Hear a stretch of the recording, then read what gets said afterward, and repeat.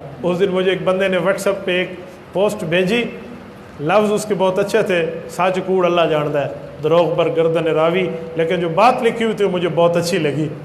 بات یہ تھی کہ ایک جگہ امام مسجد جمعہ کی نماز سے فارغ ہوئے تو لوگوں نے کہا امام صاحب بارش کی دعا کر دیں، بارشیں رکی ہوئی ہیں۔ تو امام جانتا تھا بارشیں کیوں رکی ہوئی ہیں، تو امام نے دعا تو کی لیکن ساتھ ایک بات کی، تھیلا نکالا جیب سے، اس میں کچھ پیسے تھے، ہزار کے نوٹ۔ کہا اے میں تو کچھ کھیندا نہ بل لکا کے پوچھتا پیا، یعنی میں تمہیں دکھاتا نہیں ہوں، چھپا کے پوچھ رہا ہوں، یہ مجھے تھیلا ملا ہے، کسی بندے کو تو نشانی دے اور اپنے پیسے لے جائے۔ دعا کرا لی بارش کی، دعا ختم ہوئی، 15-20 بندے جمعے کی نماز میں کھڑے ہوئے۔ ایک کہنے لگا جی تھیلا میرا ہی صاحب، میرے ہی ڈٹھے ہیں۔ میں کہا جی میرا ہے، میں کہا میرا ہے تھے۔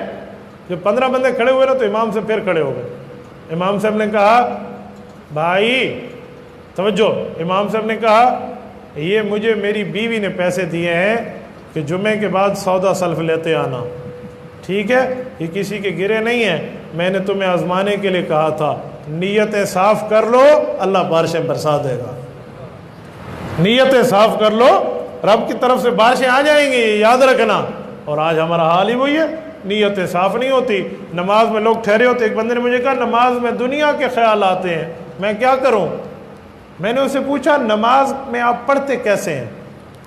جب میں نے شروع میں پوچھا نا تو انہوں نے کہا اللہ اکبر یوں سامنے دیکھتا رہتا ہوں، پھر رکوع میں سامنے دیکھتا ہوں، پھر میں نے کہا یار جیسے ہاتھ باندھنے کی شریعت نے طریقہ بتایا ہے ویسے نظریں رکھنے کا بھی شریعت نے طریقہ بتایا۔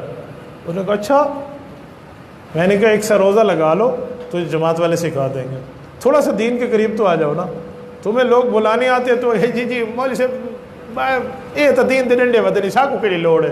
جب یہ حال ہو تو تمہیں کیا پتہ کہ نماز میں آنکھ کہاں رکھنی ہے، سجدے میں کہاں رکھنی ہے، رکوع میں کہاں رکھنی ہے، سمع اللہ میں کہاں رکھنی ہے، قیام میں کہاں رکھنی ہے، اتحیات میں کہاں رکھنی ہے، سلام کے وقت کہاں رکھنی ہے، نیت کے وقت کہاں رکھنی ہے، تجھے کیا پتہ؟ اور جب تجھے آنکھ رکھنے کی جگہ ہی نہیں پتہ تو تجھے یقیناً خیال آئیں گے۔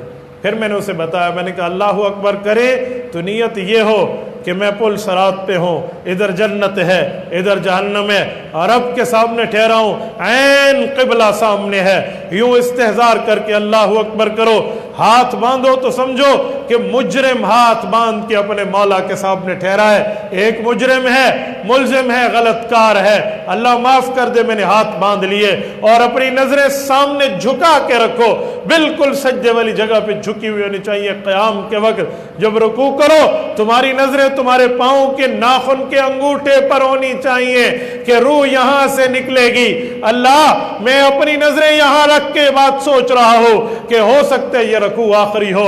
سمع اللہ کے وقت تمہاری نظریں پھر وہی سجدے کی جگہ پہ جائیں، سجدے میں جب جاؤ تو نظریں وہی ہوں، دونوں سجدوں کے درمیان نظریں گود میں ہوں، اتحیات میں نظریں گود میں ہو۔ جب سلام کرنے لگو پہلے نیت اس فرشتے کی کرو، پھر ساتھ والے مقتدیوں کی کرو، پھر اس طرف بیٹھے ہوئے امام کی کرو، پھر اس طرف الى عبدالآباد تمام اہل اسلام کی کرو، پھر یہی نیت اس طرف دوسرے سلام میں اس طرف کریں اور اپنی آنکھوں کی حفاظت کریں۔ ہو نہیں سکتا تجھے نماز میں کسی غیر کا خیال آ جائے۔ ایسا اللہ اکبر کر کے دیکھو کھڑوتے تھے، جی ہاں صاحب آج دکان کتنی وکری تھی ہے، کتنی آمد تھے، کتنی خرچ، تو یہی حال ہوگا جب ہم دین کی باتیں سیکھیں گے ہی نہیں تو میرے دوستو یہی ہوگا۔